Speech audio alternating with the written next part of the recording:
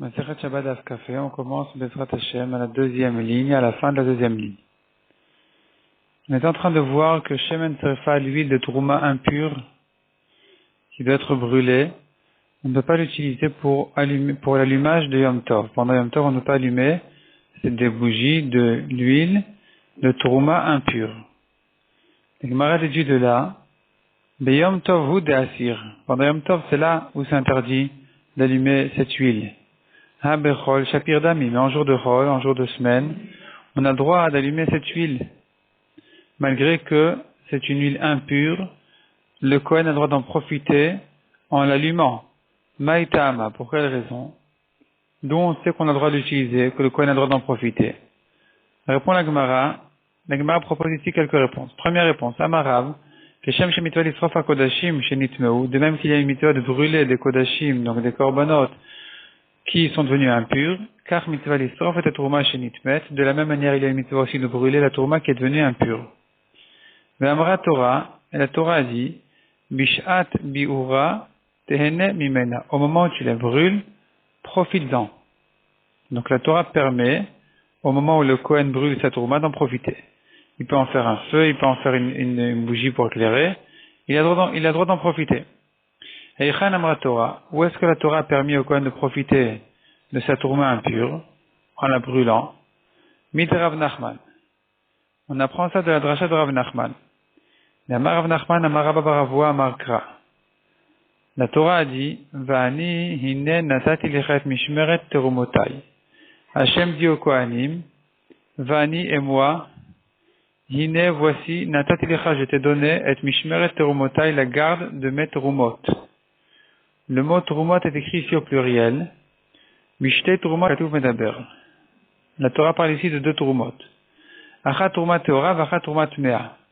Une, la teruma pure, et une qui est la teruma impure. Les deux ont été offertes au Kohen. Les deux ont été données au Kohen.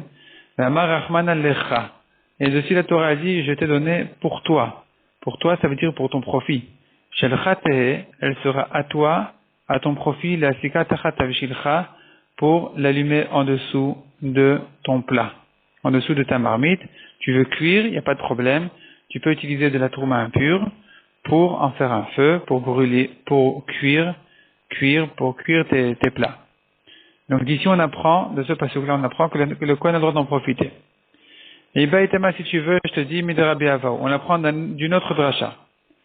De Rabbi Avaou qui a dit, D'Amar Rabbi Avaou amar Rabbi Yochanan, Velo biarti mimenu betame. La Torah dit à propos du Maaser Sheni, le second Maaser, qui est monté en général pour être consommé dans la ville de Yerushalayim. Et la Torah dit, un homme, tous les 3 ans, disons, deux fois par Shemitah, il doit faire en fait le total de tout ce prélèvement. Il doit finalement dire qu'il a fait tous ces prélèvements correctement. Et donc, parmi les choses qu'il dit, dans les psukim qu'il y a cité, il doit dire, Velo bi'arti mimenu betame. Donc, en ce qui concerne le Maaser Sheni, le deuxième Maaser, le deuxième dixième qui est prélevé, qui est monté à Yerushalayim, il dit, Velo bi'arti mimenu betame. Je ne l'ai pas brûlé lorsqu'il était impur, en profitant. Mimenu yatamavir. Et le mot mimenu vient nous apprendre ici que c'est de lui qu'on n'a pas le droit de profiter. Du maaser sheni, de ce deuxième maaser là, on n'a pas le droit de profiter quand il est impur. Avalatamavir shemen shel turuma shenitmet. Par contre, tu as le droit de brûler et de profiter même de l'huile de tourma impure. Donc, du fait que la Torah a dit à propos du maaser sheni, c'est lui qui est interdit quand il est impur. De là, je déduis que la tourma, par contre, elle est permise, elle est impure, le Kohen a le droit d'en profiter en la brûlant. Demande à Gemara qui dit que la Torah ici, elle est venue exclure la tourma. Peut-être qu'elle est venue exclure autre chose. Peut-être que la Torah est venue dire comme ça. Ve'ema, et je pourrais dire, Mimenu yatam avir, de lui, du maaser sheni, tu ne peux pas brûler et en profiter. Avalatam avir shemen shel kodesh shenitma. Mais par contre, tu as le droit de brûler de l'huile de kodesh. De l'huile qu'on consacre au Beth Amikdash, pas de Trouma. Trouma, c'est un prélèvement qui est donné au Kohen. Et Shemen Shel Kodesh, c'est de l'huile qui est consacrée au Mizbeach, au Beth Amikdash. On en fait une offrande d'huile. ou par exemple, on le rentre dans les offrandes de farine. Et donc, cette huile-là, qui est Kodesh, c'est elle qui n'a pas le droit d'être brûlée pour en profiter si elle est impure. Et la Gemara elle est venue demander qui dit que la Torah à propos du Maaser Sheni. Donc je reprends. La Torah dit à propos du Maaser Sheni, on n'a pas le droit d'en profiter. Et la Torah elle vient exclure quelque chose, on a dit elle vient exclure la Tourma pour dire que de la Tourma on peut lui profiter même si elle est impure. Demande à Gemara qui dit que la Torah est venue exclure la Tourma. Peut-être que la Torah est venue exclure l'huile de Kodesh en disant que l'huile de Kodesh tu peux lui en profiter quand elle est impure. Donc menu yatam avir. Avalatam avir shemen tel Kodesh enitma. C'est lui le Maaser Sheni que tu ne peux pas brûler pour en profiter, mais tu peux brûler l'huile de Kodesh qui est devenue impure, et même d'en profiter. Répond la Gemara Lav Kalvachomer, ou n'est-ce pas Kalvachomer de dire que, évidemment, que l'huile de Kodesh est interdite si c'est devenu impur? Quel est le Kalvachomer? Ma Maaser Hakal Amra Torah, si déjà à propos du Maaser Sheni qu'on vient de voir, Hakal, qui est moins chamour que le Kodesh, il est calme, il a plus de coulottes. Et malgré tout, la Torah a dit, Lobi arti mimenu betame. Je n'ai pas brûlé de ce maaser-là quand il est impur. Donc si déjà, la Torah interdit à propos du maaser sheni d'en profiter quand il est impur, Kodesh chamour le kol sheken, alors le Kodesh qui est bien plus chamour, bien plus strict que la halachot du Kodesh, ou bien plus strict que la halachot du maaser, Kalvachomer, on n'a pas le droit d'en profiter en le brûlant quand il est impur. Hier, ici c'est comme ça, demande la Gemara Tourmanam, il est ma Kalvachomer. À propos de la Tourma aussi, on devrait dire ce même Kalvachomer, puisque la Tourma elle est plus chamoura que le Maaser. Le Maaser, ici on est en train de parler du Maaser Sheni, le deuxième dixième qui est monté à Yerushalayim. La Tourma c'est un 50e qui est donné au Kohen. Et cette Tourma là, elle est plus chamoura, elle est plus stricte que le Maaser Sheni. Donc on devrait dire aussi le même Kalvachomer, que si déjà le Maaser Sheni est interdit au Kohen, enfin il est interdit d'en profiter quand il est impur, Kalvachomer la Tourma. Répond la Gemara, Haktiv Mimenu. Il est pourtant bien écrit dans la Torah, Mimenu, de lui tu n'as pas le droit de profiter, sous-entendu tu auras le droit de profiter d'autre chose, qui est donc la Tourma. Umara Ita. Demande la Gemara, et qu'as-tu vu d'exclure la Tourma de cette interdiction plus que le Kodesh? D'où tu sais que la Torah elle vient dire, le Maaser tu n'as pas le droit, mais la Tourma tu as le droit. Et pas le Kodesh. Peut-être que la Torah est venue exclure le Kodesh en disant le Maaser tu n'as pas le droit d'en profiter, mais le Kodesh tu peux lui en profiter. Donc de l'huile de Kodesh, de l'huile consacrée, qui est devenue impure, tu auras le droit d'en profiter en la brûlant. Répond la Gemara Mistabra Kodesh Lomema Itna. La Svara est plutôt de dire qu'on n'a pas à exclure le Kodesh de cette interdiction que de profiter de l'huile impure. Sheken, car le Kodesh il a plusieurs chumrot qui sont résumés ici en un siman, en abréviation, Panak Akas. Et la Gemara explique qu'est-ce que c'est que ces deux mots bizarres, Panak Akas. C'est l'abréviation de 6 notions dans lesquelles le Kodesh est plus chamour que le Maaser. Premièrement, Pigoul. Pigoul est une halakha spéciale pour le Kodesh qu'il n'y a pas dans le Maaser, qui est de dire que quelqu'un qui a une mauvaise pensée au moment où il a fait le Korban, ce Korban devient pasoul, ce qui n'existe pas dans le Maaser.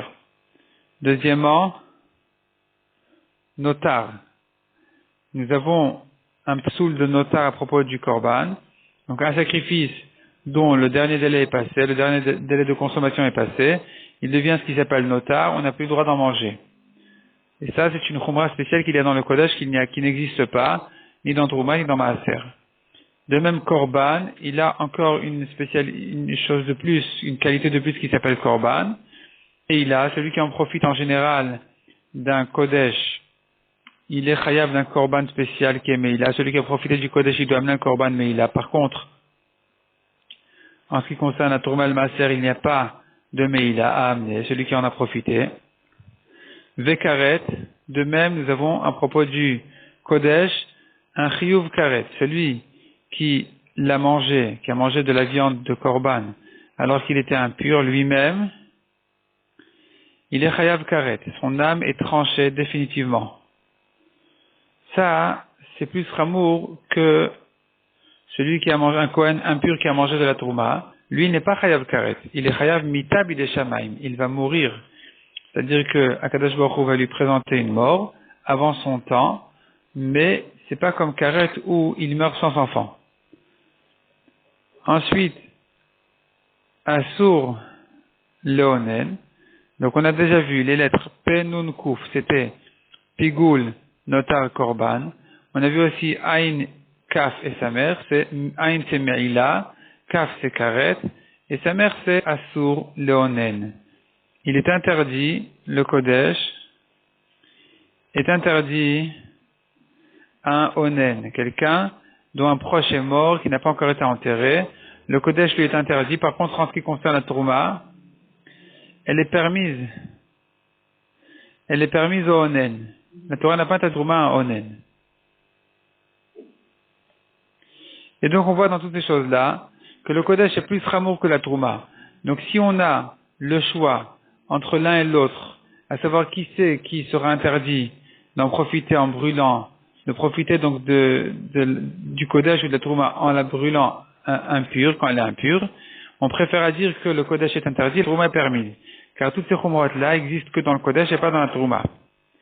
Adraba demande à Gemara, au contraire, nous avons des Khumrot spéciales dans la Trouma qu'il n'y a pas dans le Kodesh. Trouma le même à Itna, je n'ai pas à exclure la Trouma de cette interdiction de profiter de l'huile impure. Sheken Marpaz, Siman, car elle a 4 Khumrot dont leur abréviation est Marpaz, même Chet Pezain. Et la Gemara explique, Mita, Chomesh, Pidion et Zarim. Donc on reprend Mita, celui qui donc mange de la Trouma impure, ou plutôt, pardon, un étranger qui a mangé de la Trouma, il est Chayav Mita. Donc un étranger qui a mangé, qui n'est pas Kohen, donc qui a mangé de la Trouma, il est Chayav Mita. Ça c'est une chose. Deuxièmement, nous avons Chomesh. S'il a mangé Beshogeg, il ne savait pas que c'est de la Trouma, il doit rendre au Kohen le capital et ajouter encore un 5e.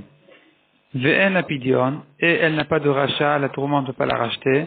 Toutes ces choses-là, par contre, dans le Kodesh, on peut lui racheter. On peut lui racheter le Kodesh, dans certaines situations. Vastura les Zarim, et la Trouma est interdite toujours aux étrangers qui ne sont pas Kohanim. Tandis que le Kodesh, un Korban peut être donné, même à quelqu'un qui n'est pas Kohen, selon les Korbanot, après qu'on ait jeté le sang Mizbeach. Donc finalement, nous avons ici 4 Khumrot qu'il y a dans Trouma plus que dans Kodesh. On devrait dire que ce qui était interdit, le cas interdit, si on a le choix entre le Kodesh et la Trouma, on devrait interdire la Trouma et pas le Kodesh. On devrait dire que c'est la Trouma qui ne peut pas être brûlée en profiter quand elle est impure, tandis que le Kodesh, on a eu le droit. Répond la Gemara. Première réponse, Anach Nefishin.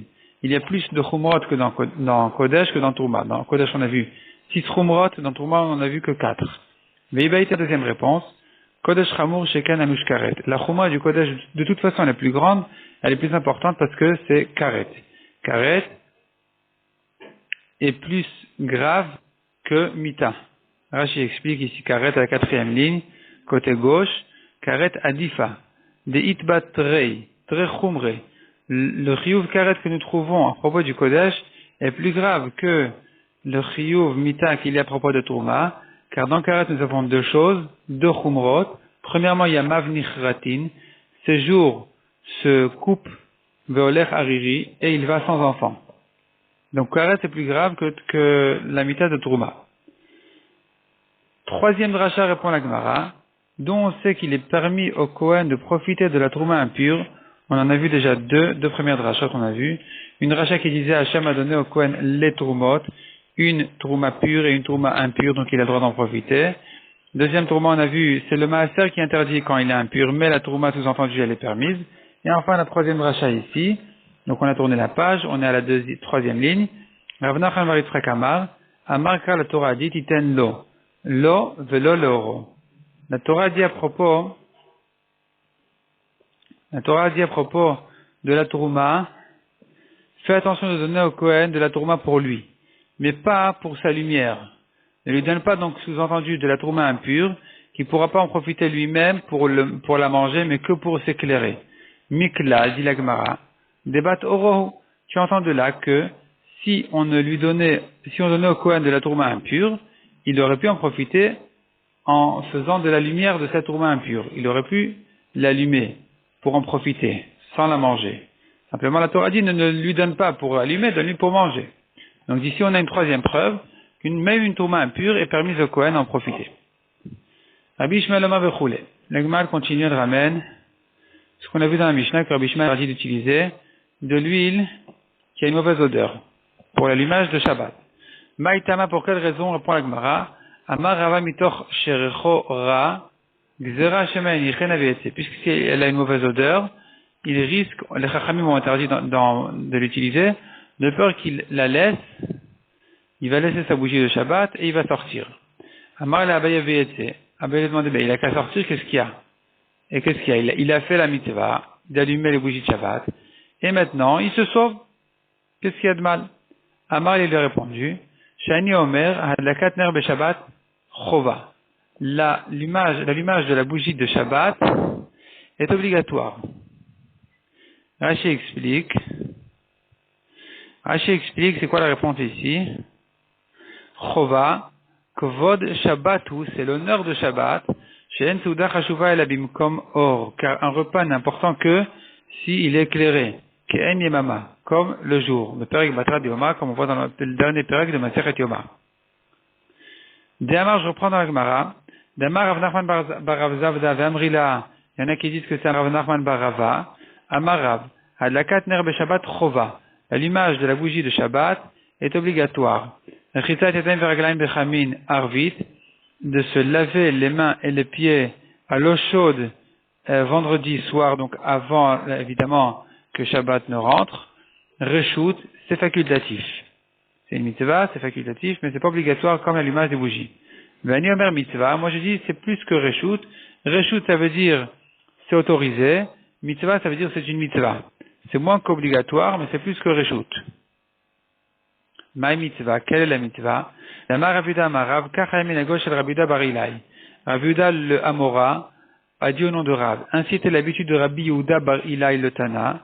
Erev Shabbat mevim lo areva melea chamin. Vendredi on lui a amené une bassine pleine d'eau chaude. Ve'ochet panav adavar aglav. Il se rinçait, il se lavait le visage, les mains et les pieds. Omit atef ve'il s'enveloppait. Ve'yoshev besadin amtsuyatin. Donc il s'enveloppait et il s'asseyait avec un vêtement de lin avec des titiotes. Vedomay malach Hashem tevakot, il ressemblait à un ange d'Hashem.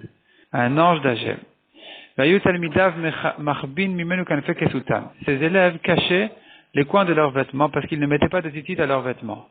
Quelle était la discussion entre lui et ses élèves? C'était un vêtement de lin. Lui pensait qu'il fallait mettre des tzitzit, même de laine. Et eux pensaient que non, un vêtement de lin, on ne lui met pas de tzitzit du tout, même s'il a 4 coins. Amar lahen, Rabbi Yehuda bar Ilai a dit à ses élèves, Banaï, mes fils, le kar shanit ilachem, et sache que je vous ai enseigné sadin betitit. Sadin c'est un drap, mais ça veut dire un vêtement de lin. Est-ce qu'il est chayav de tzitzit ou pas? Bet Shammai potrin et Bet Hillel mechayvin. Selon Bet Shammai, on ne lui met pas de titiot, parce que les titiotes doivent être de laine, au moins le fil bleu, ptil techelet, qui vient de laine, et donc on n'a pas le droit de mettre cette laine-là dans ce vêtement de lin selon Bet Shammai. Ou Bet Hillel mechavin, selon Bet Hillel par contre, on apprend des psukim que le shatnez, le kilaim, le mélange de lin et de laine est permis dans les titiotes, c'est-à-dire qu'on doit mettre, on peut et on doit mettre des titiotes même de laine sur un vêtement de lin. Donc, pourquoi est-ce que vous cachez le coin de vos vêtements? Pourquoi vous vous cachez de moi? Alors que l'alakha est clairement comme Bet Hillel que c'est chayav de tzitzit. Ve'inhu, répond la Gemara, eux pensaient, gzera mishum ksut laila. Il est vrai que l'alakha est comme Bet Hillel que minatora, il faut mettre les tzitzit dans un vêtement de 4 coins même s'il est en lin. On devrait mettre même des tzitzit de laine. Mais eux pensaient que Midera Banan, les Chachamim ont décidé de ne pas mettre de titiot sur un vêtement de 4 coins de lin, de peur que ils risquent de mettre dans un vêtement de nuit, un vêtement qui n'est utilisé plutôt que la nuit. Ils risquent de mettre aussi des titiot de laine, alors que c'est pas tour de titiot, puisque c'est pas un vêtement de jour, c'est un vêtement de nuit. Et donc, il va arriver ici le problème de kilaim, de shatnez. Il aura un mélange de lin et de laine alors qu'il n'a pas la mitzvah, l'obligation de mettre des titiyot. Et donc, dorénavant, les chachamim ont interdit complètement de mettre des titiyot dans un vêtement de lin. Même si c'est un vêtement de jour, de peur qu'il risque de le faire dans un vêtement de nuit, qui est patour de tzitzit, et que donc, puisqu'il est patour, il serait interdit d'en mettre des tzitzit de laine. Ça, c'est ce que pensaient ses élèves. Mais lui, Rabbi Yehuda Barida, il ne pensait pas comme ça. Il pensait que la halakha est comme Bethilel, on n'a aucun problème de mettre des tzitzit de laine dans un quatre coins de lin. La Gemara ramène un pasuk dans Echa que a dit Yirmia Navi à l'époque de la destruction du Beth Amikdash.